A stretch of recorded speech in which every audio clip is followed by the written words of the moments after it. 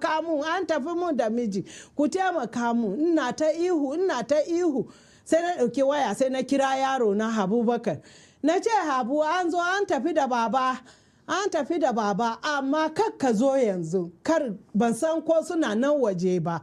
ka nufa gidan sarki ka yi gudu ka je gidan sarki yanzu ka je ka gaya ma sarki cewa an ɗauki babanku ina nan ina ta ihu sai abu ya sai na kashe waya sai na kira daughter na kuma Hajiya Aisha ita ma na kira ta na ce to a ɗauki babanku fa ina nan na ta ihu na yi ihu nan kamar minti 30 da wani abu kafin sai na gan wani mutum ya shigo da torchlight dan unguwan ya shigo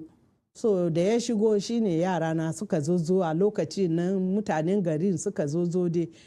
na fito waje ina ta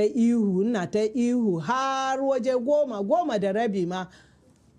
an ce an kira police an kira sojoji wanda suke kusa da mu din ba su zo ba sai waje to 11 yarinya na ta sa ni a mota ta ce to mu tafi gidanta a kawo mu je mu kwana muna tafiya kenan sai muka haɗu da su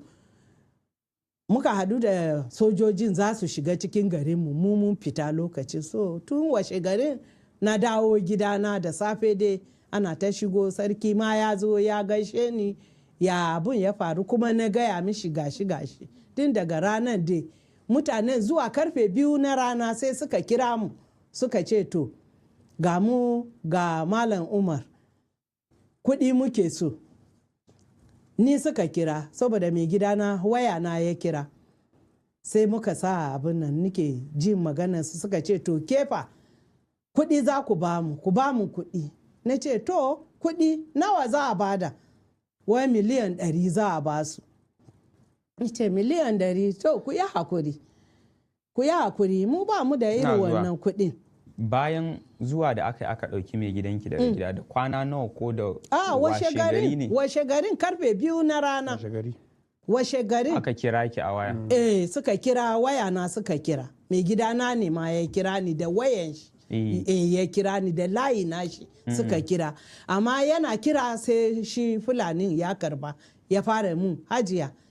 ki ba mu kuɗi. Na ce kuɗi nawa za a baku? Wai miliyan 100 za ku ba mu don ubanki. Na ce to na gode mun ji sai suka kashe miliyan 100 sai suka kashe wayan to ba su kara kiran mu ba kuma har dare ya yi ranar gari ya waye saboda 5 ga wata aka ɗauki baba January 5 suka ɗauki baba sai washe garin kuma suka kara